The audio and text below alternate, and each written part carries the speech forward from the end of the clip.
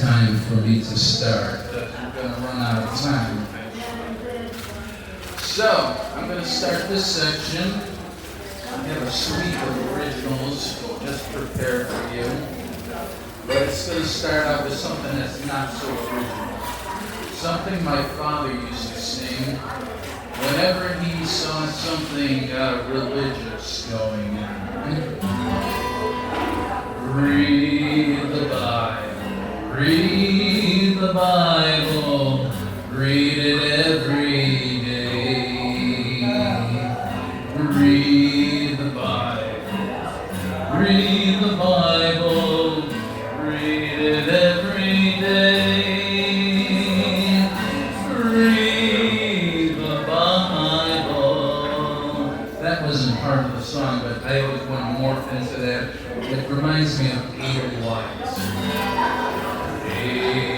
Edelweiss, Edelweiss, every morning you greet me, small and white, clean and bright, you look happy to see me, blossoms of snow may you bloom and grow, bloom and grow forever.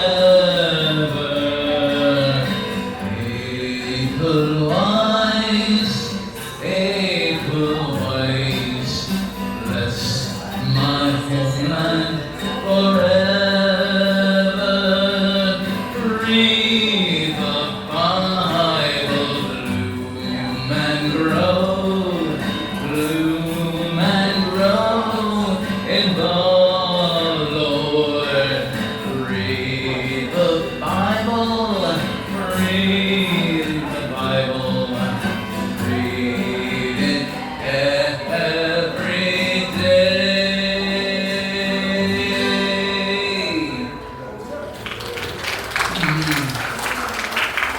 And then I had to start speculating recently. I wondered, where the heck did he get that read the Bible stuff? He was by no means a Bible thumper. And I figured out there's a tale that was told to me by three people, parts of it by three people. Part was from my father, part from my aunt, and one part from my grandma. My father, he went to California when he was around 20. That was in the late 30s. I believe he wanted to be a singer like Al Jolson, his idol. And if you've ever seen Al Jolson sing, he was in the first Talking jazz singer. He was like possessed when he started singing. He was weird. So my father, I guess he didn't have money, so he wrote the rock stars. And when he got to California, he was picking fruits. And so Grandma, well, I assume he went to missions or something. That's probably where he had that song. But then Grandma decided to intervene. She had the Salvation Army contact him and send him home. So, my aunt told me the story of his triumphant re-entry into home. She was sitting on the front porch one evening with a boyfriend, and she noticed somebody walking up the block who looked like a bum. As he got closer, she realized he was my father. So the prodigal son had come home, but then not long afterwards, the war broke out, and he was drafted in the army in World War II. And my grandma, she was worried, is he going to come home? Is he going to live? Is he going to die? What's going to happen? He came home, but apparently he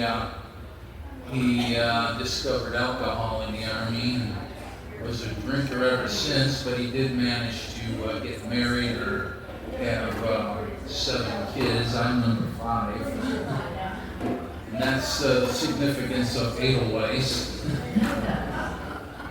Anyway, so in the early 70s, I got a tape recorder and I was doing comedy tapes with my younger brother and my next door neighbor, and I developed a character named Hobo Joe, who was loosely based on my father.